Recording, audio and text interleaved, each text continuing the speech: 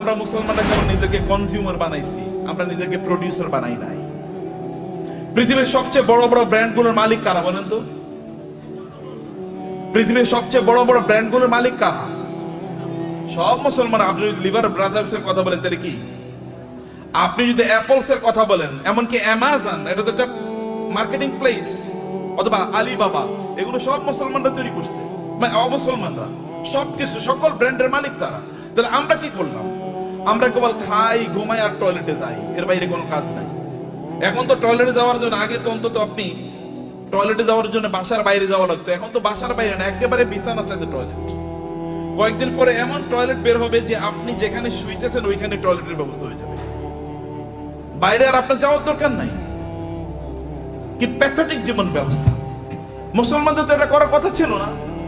আল্লাহ তাআলা আপনাকে নির্দেশ করেছেন, ফাইজা কুদিয়াতিস সালাতু ফান্তাশিরু ফিল আরদি ওয়াবতাগু মিন ফাদলিল্লাহ। নামাজ শেষ মসজিদে বসে থাকা যাবে না। ওমর রাদিয়াল্লাহু তাআলার যুগে একদল যুবক নামাজের পর মসজিদে বসেছিলেন। ওমর লাঠি এনে তাদেরকে পিটাচ্ছেন, এখানে বসে আছো কেন? বলে, আমরা এখানে এমনি বসে আছি, আল্লাহ জিকির করছি। তোমাদের আয় ইনকাম করা লাগবে না? ব্যবসা বাণিজ্য, চাকরি বাকরি করা লাগবে না? আল্লাহ আমাদেরকে খাওয়াবে। আসমান থেকে আল্লাহ কবি রিজিক নাজিল করেছে, আসমান থেকে আল্লাহ বৃষ্টি নাজিল করে। এই বৃষ্টিকে জমিনের ফসলের জমিতে নিয়ে তারপরে ফসল উৎপাদন করা লাগে, তোমাকে সেটা করতে হবে। লাঠি নিয়ে এসে তাদেরকে পিটিয়ে বের করে দিয়েছে, যাও চাষাবাদ করো, ফসল উৎপাদন করো, চাকরি বাকরি করো, ব্যবসা বাণিজ্য করো, এটাই তোমাদের কাজ। আল্লাহ সুবহানাহু ওয়া তাআলা কোরআনে সূরাতুল মুজাম্মিলে দুই ধরনের লোকের কথা বলেছেন। দুই ধরনের লোক তারা যুদ্ধে লিপ্ত আছে। এক ধরনের লোক তারা আল্লাহর রাস্তায় জিহাদ করছে, আল্লাহর দ্বীনকে প্রতিষ্ঠা করার জন্য। আরেক দল লোক তারা টাকা পয়সা ইনকাম করার জন্য যুদ্ধ করছে। কারণ টাকা পয়সা যদি না থাকতে, তাহলে মসজিদ নির্মাণ করবেন কোত্থেকে, মাদ্রাসা নির্মাণ করবেন কোত্থেকে, আর যারা যুদ্ধ করবে তাদের জন্য অস্ত্র কিনবেন কোত্থেকে? করার জন্য you need some people who will support these people. আপনি একদল লোক যারা এই সাপোর্ট দেবে আপনাকে, তাদের অর্থ থাকা লাগবে। এবং এই কারণে আল্লাহ তাআলা বলেছেন, ওয়াইদু লাহুম মাসতাতা'তুম মিন কুওয়াতিন ওয়া মির রিবাতিল খায়ল।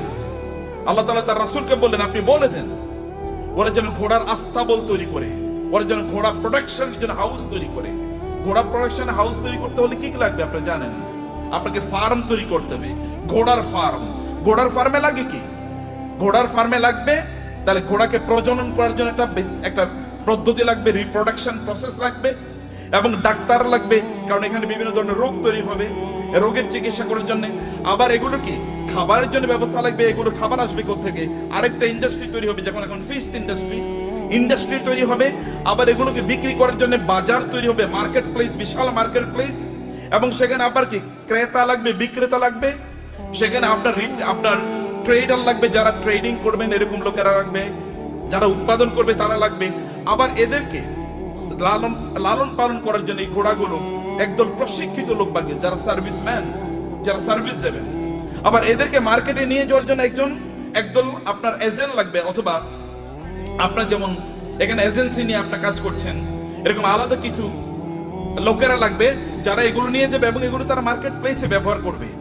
ফলে আপনি যখনই আল্লাহ তাআলা বলেছেন যে আপনি ঘোড়ার আস্তাবল তৈরি করেন, ফার্ম তৈরি করেন, ফার্ম তৈরি করা মানে হচ্ছে বিশাল ইন্ডাস্ট্রি তৈরি করা। এবং এই ইন্ডাস্ট্রির কথা মুসলমানরা বুঝেছেন। প্রায় 1200 বছর জুড়ে, রাসূলের আগমনের পর থেকে শুরু করে 1200 বছর জুড়ে গোটা পৃথিবীর সকল প্রায় ইন্ডাস্ট্রির মালিক ছিল মুসলমানরা। অধিকাংশ ব্র্যান্ডের মালিক ছিল মুসলমানরা। কিন্তু আমরা যখন এই ব্র্যান্ড থেকে বের হয়ে গেলাম, যখন আমরা মনে করলাম আমরা ওই যে বৈরাগী জীবন যাপন করলাম, খ্রিস্টানদের মতো বৈরাগী জীবন যাপন করা শুরু করে দিলাম। না, আমি মাওলানা সাহেব, আমি ইমাম সাহেব, আমি কেবল আজান দেবো, আমারে যা পয়সা লোকেরা যা দান সাদাকা করে, এই দান সাদাকা খায় আমি বাঁচবো, এইরকম মানসিকতা যখন আমাদের তৈরি হয়ে গেল, আমি যাকাত খাবো, এইরকম মানসিকতা যখন তৈরি হয়ে গেল, তখন আমাদের কাছ থেকে চলে গিয়েছে অন্যদের কাছে নেতৃত্ব। পৃথিবী তারাই নেতৃত্ব প্রদান করে যাদের হাতে টাকা থাকে, এটা মনে রাখবেন। যাদের হাতে অর্থ থাকে তারাই পৃথিবী নিয়ন্ত্রণ করে। আমেরিকা কেন সুপার পাওয়ার? তাকে কেন ব্রিটিশরা সুপার পাওয়ার ছিল? কেন ফ্রান্স সুপার পাওয়ার? কেন ইউরোপ সুপার পাওয়ার? অথবা কেন এখন চায়না সুপার পাওয়ার হয়ে যাচ্ছে? কেন ইন্ডিয়া সুপার পাওয়ার হয়ে যাচ্ছে? আমরা কেন হতে পারছি না? It is only because we don't possess money, property. সম্পদ আমাদের কাছে নাই, টাকা আমাদের কাছে নাই। আমরা ভিক্ষা করলে ওদের কাছে ভিক্ষা করা লাগে। বাংলাদেশের উন্নয়নের জন্য টাকা আসে কোত্থেকে? আমেরিকা থেকে, ইউএস থেকে, অথবা ইউএসএইড দেবে, ইউএন দেবে, অথবা ওয়ার্ল্ড ব্যাংক দেবে ইত্যাদি, ওগুলো কি আমাদেরকে কি দেয়? সাদাকাই তো দেয়। জাকাত মানে জাকাত হয়তো বা তারা দেয় না, তারা সাদাকা দেয়, তারা চ্যারিটি করে, তারা দান করে আমাদেরকে। আর দান করা হাত, এই হাতই গোটা পৃথিবী নিয়ন্ত্রণ করবে। যে হাত দান গ্রহণ করে, এই হাত পৃথিবী কোনোদিন নিয়ন্ত্রণ করতে পারে না। আল্লাহ সুবহানাহু ওয়া তাআলা কোরআনে উল্লেখ করেছেন যে আমরা যেন আকিমুস সালাতা আতুজ যাকাতা, নামাজ পড়ো, যাকাত খাও। বুঝেন না আপনারা এখনো? আল্লাহ কি বলেছেন? নামাজ পড়ো, যাকাত খাও, নাকি? কেন বুঝেন না? কথা বলছেন না কেন? আপনার এতগুলো লোক, কোন আওয়াজ নাই। নামাজ পড়ো, যাকাত খাও। নামাজ পড়ো, তো যাকাত কবে দেবেন আপনি? আপনাকে যাকাত দেওয়ার মতো সম্পদের মালিক হওয়া লাগবে। আল্লাহ বলেছেন প্যারালাল। আপনি নামাজ পড়তেছেন, যাকাত দিতেছেন, আপনি তো পূর্ণ মুসলমানই হন না এখন। যাকাত দেওয়ার মতো প্রপার্টি অর্জন করতে হবে। কেন আপনি বসে থাকেন? আপনার অলসতা। আল্লাহ রাসূল আল্লাহর কাছে দোয়া করেছেন, আল্লাহুম্মা ইন্নী আউযু বিকা মিনাল হাম্মি ওয়াল হাযান ওয়া মিনাল আজজি ওয়াল কাসাল। হে আল্লাহ, আমি অক্ষম অথবা অলস, এই দুটা থেকে আল্লাহর কাছে তিনি আশ্রয় চেয়েছেন। আমি অক্ষম যে আমি আয় ইনকাম করতে পারি, আমি অলস, আমি ইনকাম করার জন্য বাস রাস্তায় বের হই না, আমি বাজারে যাই না, আমি মানে প্রোডাকশন হাউস তৈরি করি না, অথবা আমি ট্রেডিং সেন্টার তৈরি করি না, আমি বৈশা থাকি আর খাই। এবং আমি তোমার কাছে মান্না সালোয়ার জন্য দোয়া করি, তুমি আমার জন্য মান্না সালোয়া পাঠাইও। এইরকম যেন আমি না হই। আমি যেন অ্যাক্টিভলি এঙ্গেজ থাকি সমাজে, আমি যেন কাজ করি সমাজে। আপনার নবী কি করেছেন? নবী হওয়ার আগেও তিনি বিজনেস করেছেন, নবী হওয়ার পরেও তিনি বিজনেস করেছেন। সাহাবায়ে কেরামদের মধ্যে দেখেন, আবু বকর রাদিয়াল্লাহু তাআলা যখন তিনি খলিফা হিসেবে তাকে নির্ধারণ করা হয়, তাকে খলিফা তৈরি করা হয়, তিনি যাচ্ছেন মাথায় কাপড়ের পুটলি নিয়ে তিনি বাজারে যাচ্ছেন। ওমর বলেন, আপনি যাচ্ছেন কই? বলে, বাজারে যাচ্ছে, আমার সংসার চলা লাগবে না? তিনি খলিফা। এখন প্রেসিডেন্ট যদি অথবা প্রাইম মিনিস্টার যদি ব্যবসা করে, আপনারা বলবেন এ তো এদিকে ব্যবসা করে। কেন প্রাইম মিনিস্টার ব্যবসা করবে না? কেন প্রেসিডেন্ট কেন ব্যবসা করবে না? মন্ত্রী কেন ব্যবসা করবে না? করবে। ব্যবসা তো আমাদেরই করা উচিত, কারণ আমরা inherently by born, by virtue of our identity, আমরা মুসলিম হওয়ার কারণে, কোরআন ধারক এবং বাহক হওয়ার কারণে আমাদেরকে বিজনেস করা লাগবে। আমাদেরকে সম্পদ উপার্জনের করার জন্য আমাদেরকে এই পদ্ধতি আবিষ্কার করা লাগবে আমাদেরকে, সম্মানিত ভাইরা। কিন্তু এটা হলো একটা দিক। কিন্তু এই সম্পদ যেন আমাকে কারুনের মতো না বানিয়ে ফেলায়। সম্পদ যেন কি না করে, কারণে যদি, তাহলে এক নাম্বার কত হচ্ছে, আপনি নামাজও পড়বেন না, যাকাতও দেবেন। এখন থেকে আপনাকে সিদ্ধান্ত নিতে হবে যে এই রমাদান থেকে আপনি যাকাত দিতে পারবেন, এরকম চেষ্টা আপনি শুরু করবেন ইনশাআল্লাহ। নাকি বলেন? ভাই, আপনার এলাকায় আপনি সবচেয়ে বড় ধনী হন, সমস্যা কি? সম্পদ উপার্জন করা হারাম নাকি? সম্পদ উপার্জন করা হারাম? নো, সম্পদ উপার্জন করা তো ফরজ। ইনকাম করা ফরজ, ইনকাম করা ফরজ। ইসলাম প্রচারে সবচেয়ে বেশি অবদান কার ছিল? আবু বকর। আবু বকরের চেয়ে মক্কায় ধনী কে ছিল? ইসলাম প্রচারের ক্ষেত্রে সবচেয়ে বেশি অবদান ছিল খাদিজাতুল কুবরা রাদিয়াল্লাহু তাআলা আনহার। খাদিজাতুল কুবরার চেয়ে মক্কায় ধনী নারী কে ছিল? ইসলাম প্রচারের ক্ষেত্রে, ইসলাম প্রতিষ্ঠার ক্ষেত্রে ওসমান ইবনে আফফান রাদিয়াল্লাহু তাআলা সবচেয়ে বেশি অবদান ছিল। এখনো আরবে, সৌদি আরবে, এখনো মদিনাতে ওসমান ইবনে আফফানের নামে এখনো ওইরকম বাগান আছে, যে বাগান থেকে এখনো যে উৎপাদন, এগুলো এখনো দিনের কাজে লাগে, এখনো চ্যারিটি হিসেবে সারা পৃথিবীতে সেগুলো টাকা পৌঁছে যায়। এখনো যে মক্কায় যে ক্লক টাওয়ার আপনারা দেখেন, এটা কিন্তু সাদাকা, এটা কিন্তু ওয়াকফের। এখানকার টাকা যা ইনকাম, এগুলো কিন্তু মানব কল্যাণে, আপনাদের দেশে হয়তো বা এখানকার কল্যাণের টাকা চলে আসে। তা আপনাকে তো এরকম অর্থবৃত্তের মালিক আপনাকে হওয়া দরকার। অর্থ ইনকাম করতে হবে, ফরজ। এর কারণে আপনি তখন, কারণ এদের অবস্থা দেখেন, আবু বকরের মতো গোটা পৃথিবীর সকল মুসলমানকে যদি একত্রিত করা হয়, আবু বকরকে যদি একত্রিত করা হয় রাদিয়াল্লাহু তাআলা আনহু, তাইলেও আবু বকরের আমলের দাড়িপাল্লাটা অনেক ভারী হয়ে যাবে।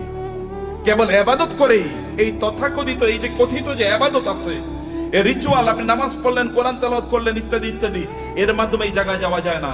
You need financial contribution to the establishment, to the preaching and the propagation of Islam. ইসলামকে মানুষের কাছে পৌঁছে দেওয়ার জন্য আপনার অর্থনৈতিক অবদান লাগবে। এই অবদানের কারণে আল্লাহ সুবহানাহু ওয়া তাআলা নামাজকে যেমনি ভাবে ফরজ করে দিয়েছেন, তিনি আমাদের জন্য যাকাতকেও ফরজ করে দিয়েছেন। এখন আপনি বলবেন যে আমি টাকার মালিক হলে কেন যাকাত দেব? আল্লাহ বলছেন তুমি টাকার মালিক হয়ে যাকাত দাও, তোমার জন্য ফরজ। টাকার মালিক হয়ে যাকাত দাও। আল ইয়াদুল উলিয়া খায়রুম মিনাল ইয়াদিস সুফলা। দানের হাত আল্লাহর কাছে প্রিয়। যে ব্যক্তি দান করে তার যে মর্যাদা, যে নেয়ার মধ্যে কি সওয়াব আছে নাকি? যে ঠিক আছে ভাই আপনি ভিক্ষা করেন রাস্তায়, ভাই আমার একটু দেন না, এরপরে আপনার আমল নামে কেবল সওয়াব ঢুকতে থাকবে, সওয়াব ঢুকতে থাকবে নাকি? তাহলে সবাই ভিক্ষা, এবং মুসলমানরা প্রায় ভিক্ষার জাতি হয়ে গেছে। মাহফিল করলেও ভিক্ষা লাগে, মসজিদ বানাইলেও ভিক্ষা লাগে। কেমন অবস্থা এটা? এটা কেন আপনারা করলেন? আপনারা কেন ইসলামকে এরকম জায়গায় নিয়ে আসছেন?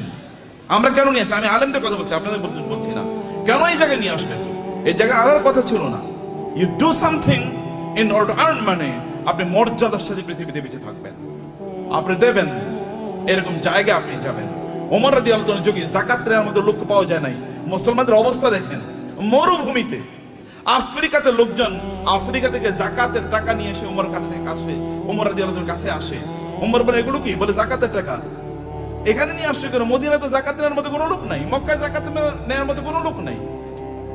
আয় আমাদের আফ্রিকাতেও তো জাকাত নেওয়ার মতো কোনো লোক নাই, করবো কি? আফ্রিকাতে জাকাত নেওয়ার মতো কোনো লোক নাই যখন মুসলমানদের শাসন চলেছে। এখন আমরা সব জায়গায় ভিক্ষা। আফ্রিকা মানে হচ্ছে ভিক্ষুকের জাতি, অথবা আন্ডার ডেভেলপ, লিস্ট ডেভেলপড, অথবা সবচেয়ে অনুন্নত দেশ। বাংলাদেশ মানে হচ্ছে ফকিরের দেশ, আমরা এরকম মনে করে থাকি। আপনাদেরকে দায়িত্ব নিতে হবে এই বাংলাদেশের মুসলমানদেরকে অথবা এই সমগ্র জাতিকে অবশ্যই দারিদ্র থেকে অথবা এই ভিক্ষাবৃত্তি থেকে জাতিকে উদ্ধার করতেই হবে আমাদেরকে।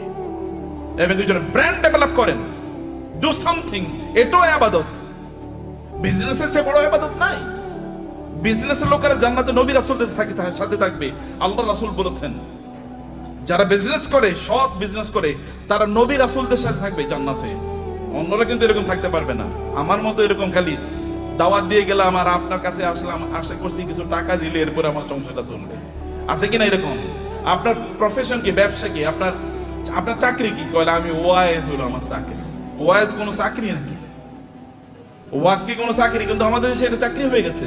আপনার চাকরি কি? আমি ইমামতি হলো আমার চাকরি। নো, ইমামতি চাকরি না। আমার এরকম হওয়া দরকার ছিল, আমার সাইড বিজনেস আছে, বাকি কাজগুলো আমি এভাবে করি। প্রিয় ভাইরা, বলছিলাম 10 মিনিট, মনে 10 মিনিট হয়ে গেছে। আচ্ছা, লাস্ট 2-3 মিনিট আপনাদেরকে শেষ করে দিই। তার মধ্যে ইয়া রব না, ভাই আছেন যে শেখরা আছেন, ওনার কথা বলবেন। আপনারা তো প্রচন্ড রাগান্বিত ভিতরে, তাই না? রাগ করছেন তো কথা শুনে? আচ্ছা, পিছন থেকে কানো আওয়াজই শুনি না, ঘটনা কি? এই পিছনে একটু ক্যামেরাটা ধরেন তো দেখি সবাই আছে কিনা জীবিত। জীবিত আছেন নাকি? মাশাআল্লাহ মাশাআল্লাহ মাশাআল্লাহ। একটু হাতটা নাড়ান তো দেখি, হাতের ব্যায়াম হোক। গুড, ঠিক আছে, নামান, হাত নামান। ভাইরা আমার, সম্পদের মালিক হওয়ার জন্য আমি আপনাকে অনুপ্রাণিত করছি। আপনার সম্পদের মালিক হন, কিন্তু সম্পদের মালিক কারুনের মতো হওয়ার জন্য করবেন না। আল্লাহ সুবহানাহু ওয়া তাআলা সূরাতুল কাসাসে কারুনের ঘটনা বলেছেন। যদি সময় পান তাহলে আজকে বাসায় গিয়ে সূরাতুল কাসাসে এই কারুনের আয়াতগুলো, যেখানে আল্লাহ তাআলা বলেছেন ইন্না কারুনা, আয়াত নাম্বার হচ্ছে 40 থেকে শুরু করে 76 থেকে শুরু করে কারুনের ঘটনা পড়বেন। সূরাতুল কাসাস। ইন্না কারুনা কানা মিন কওমি মূসা ফাবাগা আলাইহিম ওয়া আতাইনাহু মিনাল কুনুজি মা ইন্না মাফাতিহাহু লাতানূ বিল উসবাতি উলিল কুওয়া ইয ক্বালা লাহু কওমুহু লা তাফরাহ ইন্নাল্লাহা লা ইউহিব্বুল ফারিহিন। আল্লাহ সুবহানাহু ওয়া তাআলা বলেছেন, কারুনের গল্প আমাদেরকে বলছেন। তাহলে আমার আলোচনার দুটো পার্ট, এর একটা পার্ট আমি শেষ করলাম। আপনাদেরকে সম্পদের মালিক হতে হবে, প্রচুর পরিমাণ সম্পদের মালিক হতে হবে, যেন মানুষ যেন না বলে মুসলমানরা ভিক্ষুকের জাতি। আপনি যেন দিতে পারেন, অন্যরা যেন আপনাদেরকে দেখে বলে যে না, এ তো মুসলমান, এর মতো হতে হবে, আপনি তার মতো হতে। এখন আমরা এক্সাম্পল দিতে গিয়ে এখন আমরা ধরেন তৌহিদ ভাই ছাড়া আর কাউকে এক্সাম্পল দিতে মতো দেওয়ার মতো লোক পাচ্ছি না। মানে যারা দ্বীন প্র্যাকটিস করে, আবার অনেক সম্পদের তারা প্রবাহ তৈরি করেছে সমাজে, নিজেই কেবল সম্পদের মালিক হয় না, সম্পদের মালিক বানানোর রাস্তা তৈরি করে দিয়েছে। এরকম লোক আমার সামনে খুব বেশি নাই। আমি বলতে গেলে বিল গেটসের কথা বলে, ওয়ারেন বাফেটের কথা বলতে হয়, এলিয়ন মাস্কের কথা বলা লাগে। তো মুসলমানদের এলিয়ন মাস্ক কই? মুসলমানদের যদি আপনি দেখেন, বিভিন্ন আরবের যে সকল শেখরা আছে, ওই যে আরবের রাজা বাদশারা, কেবল ওদের নাম শুনলেই শোনা যায় ওই দেশে তার বিশাল একটা কি আছে, একটা রেস্ট হাউস আছে, ওইখানে ওই সমুদ্রের তীরে তার বিশাল একটা বাংলো আছে, হাবিজাবি ইত্যাদি ছাড়া আর কিছুই আলোচনা শুনি না। আর যখন আপনি এলন মাস্কের কথা শোনেন, তখন আপনি শোনেন যে ওই যে ইয়ের দেশে, চাঁদের দেশে এখন জায়গা বেচতেছে, জায়গা বিক্রি করতেছে। ওইখানে কি করে? অথবা বাংলাদেশে তার স্টার লিংক আসবে, গ্রাম অঞ্চলে সুপার স্পিডে আপনি ইন্টারনেট পাবেন। অথবা টেসলার মাধ্যমে এমন গাড়ি তৈরি করছে ওখানে কোনো কি লাগবে না, ড্রাইভার লাগবে না। এরকম একটা কথা বলেন তো আপনি মুসলমানদের, এটা কেমন জাতি? 300 কোটি মুসলমান বলা হয়, অথবা কমপক্ষে তো 200 কোটি। গোটা পৃথিবীতে মানুষ 800 কোটি, এর মধ্যে প্রায় 250 কোটি মুসলমান। 250 কোটি মুসলমান একটা টেসলার মতো জিনিস তৈরি করতে পারলো না, একটা আইফোনের মতো প্রোডাক্ট তার নাই। অথবা তার একটা কি, এই যে আমরা ইয়ের গাড়ি কি বলে, কিসের গাড়ি, এই যে মানে আমরা আমাদের বাংলাদেশে এটা কি যে কি গাড়ি জানো, এটা আপনার মানে এক্স করোলা, মানে করোলা টাইপের একটা গাড়ি তো বানাইতে পারেন আপনি। বলেন তো একটা ব্র্যান্ডের নাম বলেন তো মুসলমানদের গাড়ির, একটা হুন্ডার নাম বলেন তো, একটা সাইকেলের নামই বলেন। আরে সাইকেলের নাম তো বহুত পরের কথা। এই যে সাইকেলের যে শিখ ব্যবহার, ওগুলো কি বলে? হ্যাঁ, শিখ বলে না? এরকম বানাইছে মুসলমানরা, দেখেন তো। এটাও তো চায়না থেকে আপনার আনা লাগে। তাহলে কি আমরা কি বানাইছি, করছি? কেবল খাও দাও ফুর্তি করো, দুনিয়াটা মস্ত বড়, এরকম টাইপ ছাড়া কোনো কিছু নাই। খাও ঘুমাও এবং সিনেমা দেখো আর ফেসবুক টিপাও। যে ফেসবুক বানাইছে ওর নিজেরও অ্যাকাউন্ট হয়তো বা নাই, কিন্তু আপনি এটা নিয়ে সারাদিন রাত ব্যস্ত আছেন। ও যে ইউটিউব বানাইছে ওইটা ব্যবসায়ী হাউস, তার এখান থেকে সে বিলিয়নস অফ ডলার্স ইনকাম করে নিচ্ছে, কিন্তু আপনি ওইটাই দেখেন এবং আপনি বলেন পাগলের সুখ মনে মানে আপনি, আমি কত সুখী, সারা রাত বেলা সিনেমা দেখতেছি, মজা কারে বলে? Stupid lifestyle.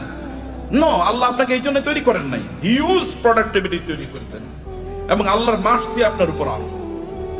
আল্লাহ সুবহানাহু ওয়া তাআলা আপনাকে সেরকম ক্যারিশমা দিয়ে তৈরি করেছেন এবং এই কারণে আপনার এলাকায় আপনি সবচেয়ে বেশি সম্পদের মালিক হন এবং এর মাধ্যমে আপনি ওই এলাকাটাকে উন্নয়নের কাজ করেন। ওইখানে এমন কোন মসজিদ না থাকুক যে মসজিদে আপনার কন্ট্রিবিউশন নাই, এমন কোন মাদ্রাসা না থাকুক যেখানে আপনার কন্ট্রিবিউশন নাই, এমন কোন দ্বীনি কাজ না থাকুক যেখানে আপনার কন্ট্রিবিউশন নাই। লোকেরা যখন চিন্তা করবে আমরা এখানে একটা দ্বীনি কাজ করতে চাই, তখন সবার আগে আপনার নাম মনে পড়বে, অমুকের কাছে যাই। যেমনি ভাবে লোকেরা কোনো দ্বীনি কাজ করলে, রাসূলের কোনো দ্বীনি কাজের প্রশ্ন দেখা দিলে তার সবার আগে মনে পড়তো কার নাম? আবু বকরের নাম। আবু বকর নাম মনে পড়তো, তো ওসমান নাম মনে পড়তো, কারণ কেউ তাদেরকে সুপারসিড করতে পারতো না। সম্মানিত ভাইয়েরা এবং বোনেরা, সে কারণে পজিটিভলি অ্যাক্টিভলি সময় কাটান। মনে রাখবেন প্রত্যেকটা সেকেন্ডের জন্য আল্লাহকে জবাবদিহি করতে হবে। আল্লাহর কাছে, আল্লাহর কাছে আপনাকে জবাবদিহি করতে হবে প্রত্যেকটা সেকেন্ডের জন্য। ওয়াল আসরি ইন্নাল ইনসানা লাফি খুসর, মানুষ সৃষ্টিগতভাবে বিপদের মধ্যে আছে। ইন্নাল ইনসানা লাফি খুসর, তবে ইল্লাল্লাযিনা আমানু ওয়া আমিলুস সালিহাত, যারা ঈমান এনেছে, ঈমান আনার উপর ভালো কাজ করছে। যাকাত যদি ইসলামের তৃতীয় স্তম্ভ হয়, আমরা বলি নামাজ রোজা, নামাজ রোজা, আল্লাহ বলছেন নামাজ জাকাত, নামাজ জাকাত, নাকি আমরা কি বলি? নামাজ রোজা, কিন্তু আল্লাহ কি বলেছেন? নামাজ জাকাত। কারণ দুটোকে একসাথে বলেছেন। এই দুটোকে একসাথে আপনাকে যদি আপনি করতে পারেন, তাইলে তো আপনি ইসলামের 5টা স্তম্ভ আপনি পালন করলেন। আপনি 5টা স্তম্ভ কয়জন পালন করছেন এর মধ্যে আপনি বলেন, কেন 5টা স্তম্ভ আপনি পালন করলেন না? এই 5টা স্তম্ভের উপর তো ঘর নির্ভর করে, এই গোটা ইসলাম নির্ভর করছে 5টা স্তম্ভের উপর। আপনি কেন হজ করতে পারলেন না? আপনি কেন যাকাত দিতে পারলেন না?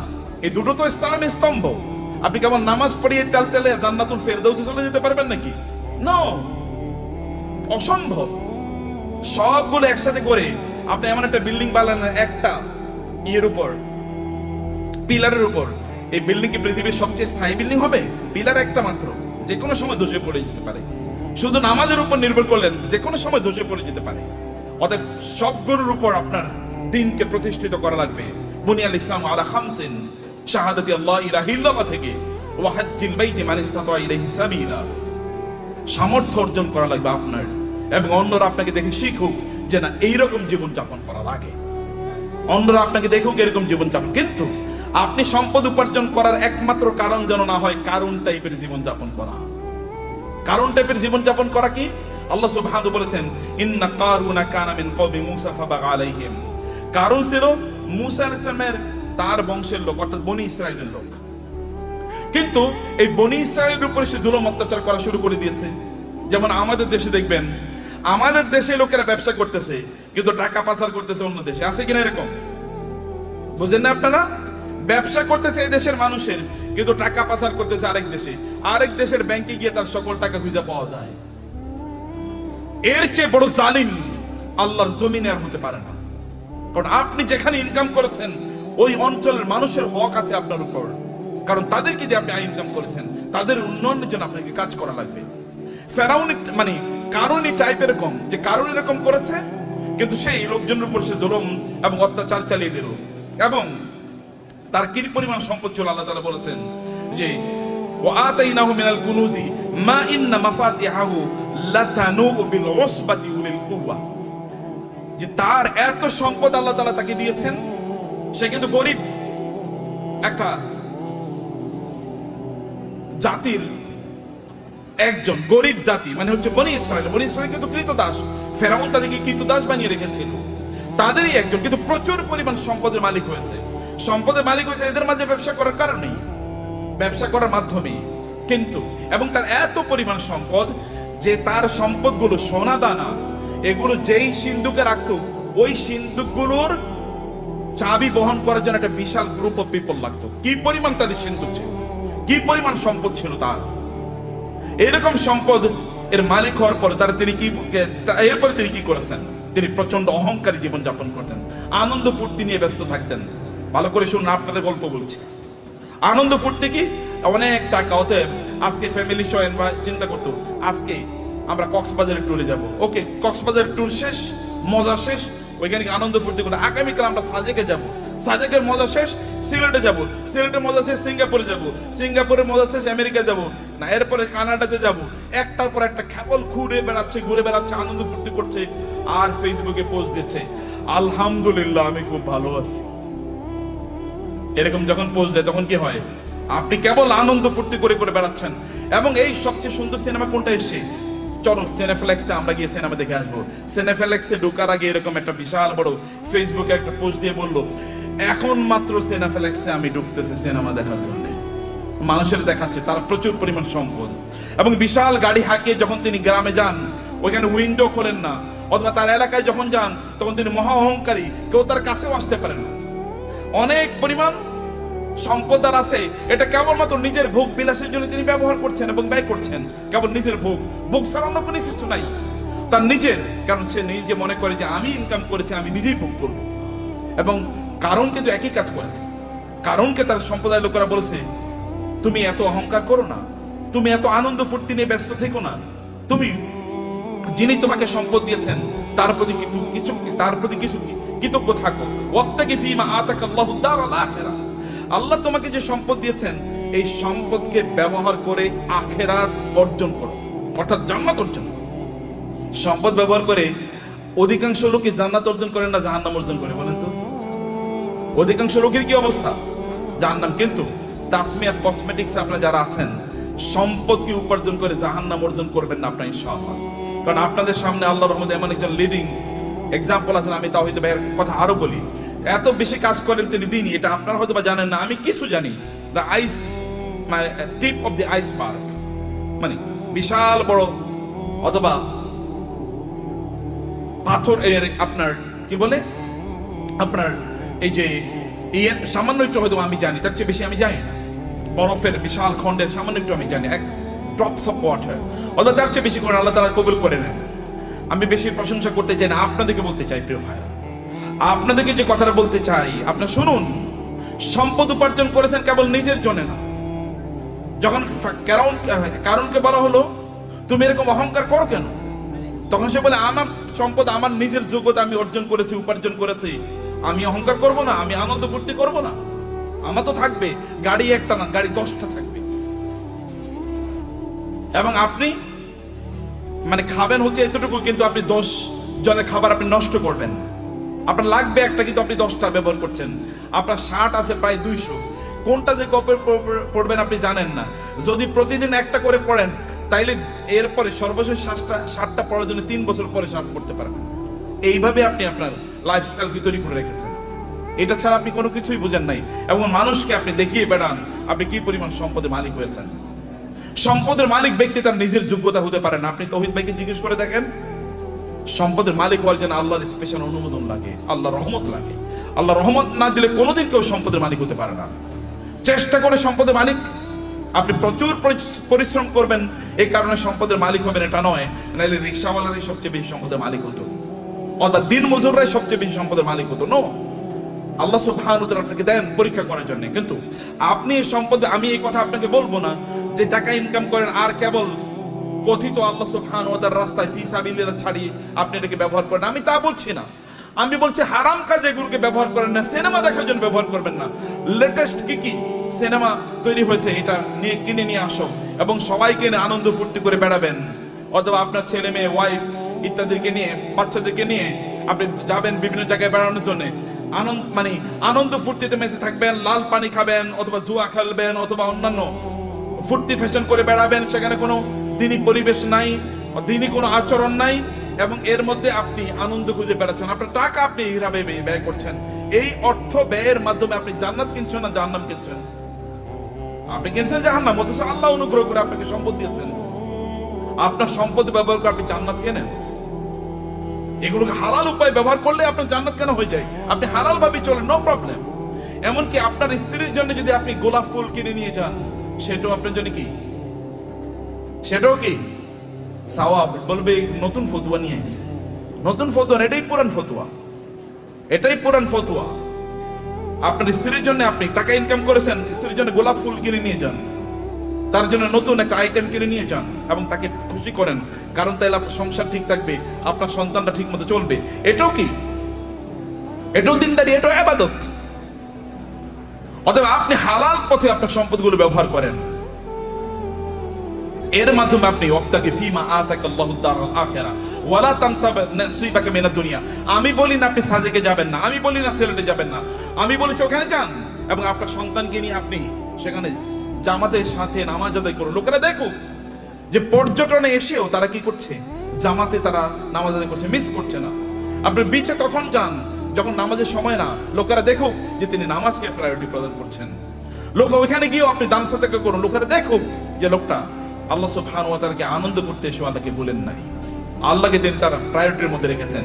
ওইখানে আপনি গিয়েছেন, এখন অর্ধ উলঙ্গ হয়ে আপনি ঘুরবেন না। আপনার স্ত্রী, তিনি সেখানে পর্দার মধ্যে থাকবেন না, আপনি তাকে দেখিয়ে দেখিয়ে শোপিসের মধ্যে, চিড়িয়াখানার চিড়িয়ার মধ্যে তাকে এরকম দেখায় দেখায় বেড়াবেন, এরকম করবেন না।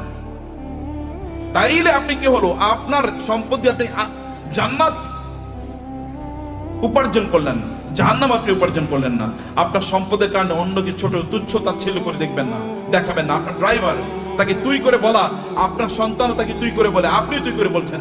আপনার বাসায় বুড়ো মহিলারা কাজ করে, তাদেরকে আপনি তুই করে বলছেন, আপনি নিজেও তুই করে বলছেন, আপনার বাচ্চারও তুই করে বলে। এটা কেমন কথা হলো? যেটা তো আপনার মায়ের সমান বয়সের, আল্লাহ তাকে না দিয়ে পরীক্ষা করছেন, আপনাকে দিয়ে পরীক্ষা করছেন। লাইফস্টাইলে অহংকার যদি কেউ করে, তাহলে কারণের অবস্থা কি হয়েছিল? এত ব্যাপক পরিমাণ সম্পদ, লোকেরা তাকে দেখলে বলতো, আহা, কারণের মধ্যে যদি সম্পদ আমার থাকতো, আমাদের থাকতো। কিন্তু কোনো এক সময় কারণের এই আনকন্ট্রোল জীবন যাপনের কারণে আল্লাহ তাকে ধ্বংস করে দিয়েছেন, মাটির নিচে তাকে এবং তার সম্পদকে মাটির নিচে পুঁতে দিয়েছেন। তখন লোকেরা বলো, আল্লাহ আমাদেরকে বাঁচিয়েছেন, আমরা কারণের মতো হই নাই, আল্লাহ আমাদেরকে বাঁচিয়েছেন। সম্মানিত ভাইরা, আপনার সম্পদের প্রতি অন্যের অধিকার আছে, এই অধিকারগুলো দান করুন। মনে করবেন আল্লাহ যদি আপনাকে দেয়, তাহলে আপনার লাইফস্টাইলই কেবল বাড়াবেন না। আগে গাড়ি ছিল সাধারণ গাড়ি, এখন আপনি মার্সিডিজ বেঞ্জ কিনলেন, মার্সিডিজ বেঞ্জে এখন চলেন, এখন বিএমডব্লিউ কিনবেন। বিএমডব্লিউ এখন এগুলো সেকেলে, এগুলো এখন ছোট লোকেরা ব্যবহার করে। এখন আপনার একটা প্রাইভেট জেট লাগবে, এখন আপনার প্রাইভেট জেটেও চলে না, এখন আপনার কি লাগবে? এখন আর আপনি বাংলাদেশ থাকেন, এখন আপনি ধরেন কোথাও আপনি এই দেশে, এরকম ছোট দেশে মানুষ থাকে নাকি? এখন আপনি অন্য দেশে চলে গেছেন, এখানে আপনি আসেনও না, এখানকার মানুষের প্রতি আপনার কোনো দায়ও নাই, দায়িত্ব নাই। এখানকার টাকা পয়সা লুট করে, ব্যাংকের টাকা লুট করে এবার আপনি অন্য দেশে গিয়ে পালিয়ে চলে গেছেন। এরকম যেন কোনো অবস্থা না হয়। আপনাকে নিশ্চয়ই, আপনাকে এই দেশের মানুষের প্রতি আপনার যে দায় আছে, এই দায়িত্ব আপনাকে পালন করতে হবে। আমি এই বলার কথা বলে আপনাদেরকে শেষ করছি প্রিয় ভাইরা। তাহলে এক নম্বর, যে সম্পদের মালিক হন এবং হালাল ভাবে, পবিত্র ভাবে সম্পদের মালিক হন। মালিক অর্জনের চেষ্টা করুন, দিনরাত যা কাজ করবেন। আপনি যদি সম্পদের মালিক হওয়ার জন্য দৌড়ান, এই দৌড়টাকে আল্লাহ সুবহানাহু ওয়া তাআলা ইবাদত হিসেবে আপনার আমলনামায় লিখে দেবে। এবং দুই নম্বর বিষয় হচ্ছে, যা আয় ইনকাম করছেন, এগুলো কেবল আপনি নিজের জন্য করছেন এরকম না, মানুষের সাথে ভাগাভাগি করেন। অন্যের অধিকার আছে, পাড়া প্রতিবেশীর অধিকার আছে, আত্মীয় স্বজনের অধিকার আছে। আপনার আত্মীয়রা তারা খারাপ অবস্থায় আছে, আর আপনি পশ লাইফ লিড করেন। আপনি মুসলমান না? আপনার এতটুকু সামান্য আত্মমর্যাদা নাই, আপনার মানবিকতা নাই, মানবিক মূল্যবোধ নাই। কিয়ামতের দিন আল্লাহর সামনে দাঁড়াবেন, আল্লাহ আপনাকে বলবে তুমি এত ভালো জীবন যাপন করেছো আর তোমার আত্মীয়রা না খেয়ে মারা গিয়েছে, সেদিন কি উত্তর দেবেন? সেদিন বলবেন আল্লাহ আমার আবার দুনিয়ায় পাঠাও, আমি দুনিয়ায় প্রচুর পরিমাণ দান সাদাকা করে এবারে আমি আখিরাতে আসতে চাই। কেউ সেদিন আর পৃথিবীতে আল্লাহ তাআলা আমাদেরকে ফেরত পাঠাবেন না, কারণ দুনিয়া একবার, দুনিয়া কি একবার। সম্মানিত ভাইরা, আমি এগেইন আমাদের তাওহীদ ভাইয়ের প্রতি কৃতজ্ঞ যে এই অনার আমাকে দেওয়ার কারণে। বারাকাল্লাহু ফিকুম, থ্যাংক ইউ ভেরি মাচ। আর তাসমিয়া হারবাল তো আমার খুবই প্রিয় প্রতিষ্ঠান, এই জন্যে যে একটা প্রতিষ্ঠান দিনের আবহে থেকে কিভাবে বড় হতে পারে এটা একটা এক্সাম্পল। এবং আপনারা এর সাথে লেগে থাকেন, নিজেরা এটাকে আরো বড় করেন, নিজেরা অনেক বড় হন ভাইয়েরা, অনেক বড় হন। এই গোটা পৃথিবীর সম্পদ যদি ভালো মানুষের হাতে থাকে তাইলে কি ওগুলো দিয়ে সিনেমা বানাইবো বলেন তো? আচ্ছা, আমাদের তৌহিদ ভাই কি ওনার টাকা দিয়ে সিনেমা বানাইবো কোনোদিন? নাটক বানাবে? এলজিবিটি কে প্রমোট করবে? অশ্লীলতাকে প্রমোট করবে? কোনো কিছু করবে না। হলে ভালো কাজে চলবে, অথবা এই যে আপনাদের জন্য ব্যয় হবে, অথবা দেশের উন্নয়নে সেটা কাজে লাগবে। এরকম মানুষের হাতে সম্পদ থাকা উচিত, এবং আপনি নিজকে ওরকম একজন রোল মডেল তৈরি করেন, এরকম একজন মানুষের পরে। এটা কিন্তু আল্লাহর নির্দেশ। আমি কিন্তু আল্লাহর কথাগুলো আপনাকে বলে গেছি আমার ভাষায়। আল্লাহর ভাষায় তো আমি বলতে পারবো না, আমার ভাষায় আল্লাহর কথাগুলো আপনাদের ব্যাখ্যা করলাম। হে আল্লাহ, তুমি এই আয়োজনটাকে কবুল করে নাও, আজকের এই কনফারেন্সকে কবুল করে নাও, এই তাসমিয়া হারবালকে তুমি কবুল করে নাও আল্লাহ, এবং এটাকে বাংলাদেশের লিডিং বিজনেস হাউস হিসেবে কবুল করে নাও আল্লাহ। আল্লাহ, এখানে যারা এর সাথে সম্পৃক্ত আছেন বিভিন্ন ভাবে, আল্লাহ সবাইকে তুমি কবুল করে নাও আল্লাহ, এবং সবার ব্যবসার মধ্যে তুমি বারাকা দান করো আল্লাহ। আর এরা সবাই যেন অন্যদের জন্য রোল মডেল হতে পারে, অন্যদের জন্য আদর্শ হতে পারে আল্লাহ। সবাইকে তুমি সেই স্ট্রেংথ এবং স্ট্যামিনা দান করো আল্লাহ। আমাদের সবাইকে আমাদের সম্পদ দিয়ে যেন আমরা আখিরাতে তোমার কাছে যেন একটা ঘর বানাতে পারি আল্লাহ। তোমার কাছে আমাদের জন্য ঘর বানায়া দিও, আমরা সেভাবে আমাদের সম্পদগুলোকে যেন ব্যয় করতে পারি, এবং অন্যের প্রতি আমাদের যে দায় আছে, দায়িত্ব আছে, মানুষের প্রতি আমাদের যে দায় আছে, সেটা যেন আমরা পালন করতে পারি। আমাদের সম্পদের কারণে যেন আমরা অহংকারী না হয়ে উঠি, আমরা কেবল যেন শো অফ না করি, আমি দেখাই যে আমার এরকম আছে এবং অন্যরা এটা দেখে ইনফেরিয়রিটি কমপ্লেক্স, এটা যেন না হয়। আপনি ভাবির জন্য বিশাল বড় গয়না কিনে নিয়ে গেলেন, এবার আপনার ওয়াইফ আরেকজনের, আপনার কোনো মানে তার কোনো কাজিনের অথবা তার কোনো বান্ধবীর অথবা অন্য কাউকে বললো, দেখো আমার স্বামী কিন্তু আমার এটা দিয়েছে। এরপরে উনি তো তার স্বামীর সাথে এবার ঝগড়া বিবাদ লাগলো, আমার বান্ধবীরে আমার বান্ধবীর স্বামী এরকম দিয়েছে, তুমি আমারে দিলা না, তো তুমি তো আমার প্রতি জুলুম করছো, আমি তোমারে বিয়া করে এই জীবনটা শেষ হয়ে গেল আমার। এটা শো অফ করার জন্য না, আল্লাহর প্রতি কৃতজ্ঞতা। যত আল্লাহ দেবেন তত কৃতজ্ঞতা বাড়িয়ে দেন। আল্লাহ আপনার মাথা উঁচু করে দিয়েছেন, যিনি মাথা উঁচু করে দিয়েছেন তার জন্য মাথাটা কি হবে? অবনত হবে, সেজদায় বেশি লুটিয়ে পড়তে হবে, তাইলে তিনি আপনার মাথাকে উঁচু করে দেবেন। থ্যাংক ইউ ভেরি মাচ, জাযাকুমুল্লাহ খায়ের। আল্লাহ সুবহানাহু ওয়া তাআলা আমাদের সবাইকে অনেক অনেক কল্যাণ দান করুন, আল্লাহুম্মা আমিন। আযা ওয়া সাল্লাল্লাহু সুবহানাহু ওয়া তাআলা নবিয়ানা মুহাম্মদ ওয়া আলিহি ওয়া সাহবিহি আজমাইন। সুবহানাকা আল্লাহুম্মা ওয়া বিহামদিক, আশহাদু আল্লা ইলাহা ইল্লা আনতা আস্তাগফিরুকা ওয়া আতুবু ইলাইক। ওয়াসসালামু আলাইকুম ওয়া রাহমাতুল্লাহি ওয়া বারাকাতুহু।